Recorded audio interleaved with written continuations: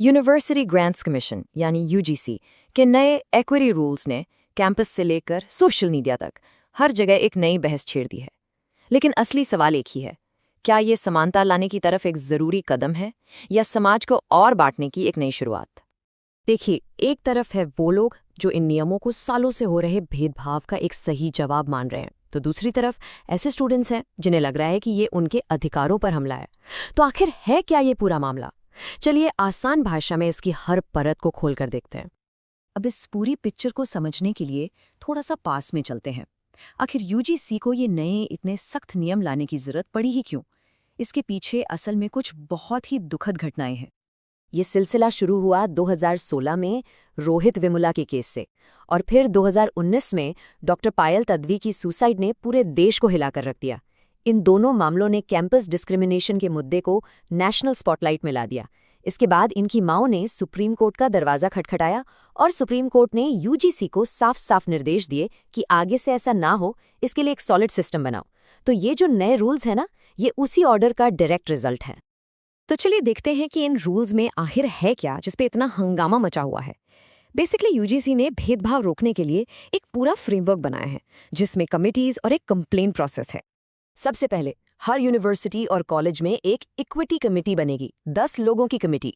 इनका काम होगा डिस्क्रिमिनेशन से जुड़ी कंप्लेंट्स को इन्वेस्टिगेट करना, और इस कमेटी का मेकअप बहुत स्पेसिफिक है। इसमें एससी, एसटी, ओबीसी कम्युनिटीज, महिलाएं और डिफरेंटली एबल्ड कैटेगरी से मेंबर्स का होना कंपलसरी है। और जो कंप्लेंट का प्रोसेस है वो भी एकदम फास्ट ट्रैक है। मान लीजिए किसी एससी, एसटी या ओबीसी स्टूडेंट ने कंप्लेन की, तो 24 घंटे के अंदर अंदर कमेटी को सुनवाई करनी पड़ेगी। सिर्फ 15 दिन में रिपोर्ट सबमिट करनी होगी, और अगले 7 दिन में इंस्टीट्यूट के हेड को उस पर एक्शन लेना ही होगा। मतलब सब कुछ बिल्कुल टाइम बाउंड।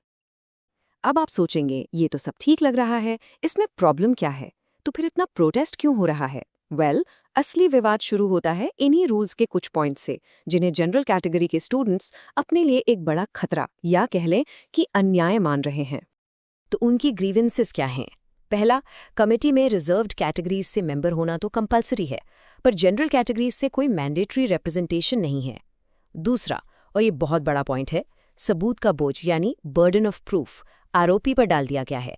नॉर्मली लॉ कहता है इनोसेंट अंटिल प्रूवन गिल्टी, पर यहां आपसे कहा जा रहा है कि आप साबित करो कि आप निर्दोष हो। स्टूडेंट्स को डर है कि इसका गलत इस्तेमाल पर्सनल बदला लेने के लिए हो सकता है। और एक चीज ने इस आग में घी का काम किया है। जब इन रूल्स का ड्राफ्ट आया था उसमें एक पेनल्टी क्लॉज था, मतलब अगर आप झूठी कंप्लेन करते हैं तो आप पर एक्शन हो सकता था। लेकिन जो फाइनल रूल्स आए उसमें से ये क्लॉज ही हटा दिया गया। इसका मतलब साफ है, आप पर कोई कितना भी गंभीर आरोप लगा दे और वो झूठा साबित हो जाए, कंप्लेंट करने वाले पर कोई कार्यवाही नहीं होगी। यही एक बहुत बड़ी चिंता की वजह है। डॉक्टर कुमार विश्वास का ये वायरल कोट आपने देखा होगा।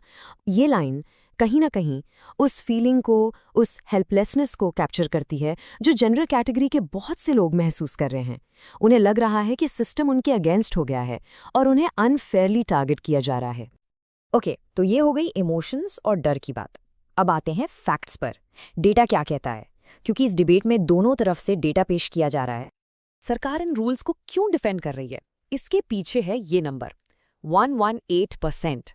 जी हाँ, यूजीसी ने खुद सुप्रीम कोर्ट को बताया कि पिछले 5 साल में हायर एजुकेशन में कास्ट डिस्क्रिमिनेशन की कंप्लेंट्स 118% बढ़ गई हैं। ये आंकड़ा दिखाता है कि प्रॉब्लम कितनी बड़ी है, और इन्हीं रूल्स के जरिए उसे एड्रेस करने की कोशिश हो रही है।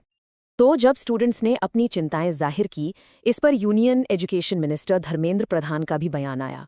उन्होंने सबको आश्वासन दिया है, एश्योरेंस दिया है कि इन रूल्स का मिसयूज किसी के भी खिलाफ नहीं होने दिया जाएगा और किसी के साथ डिस्क्रिमिनेशन नहीं होगा।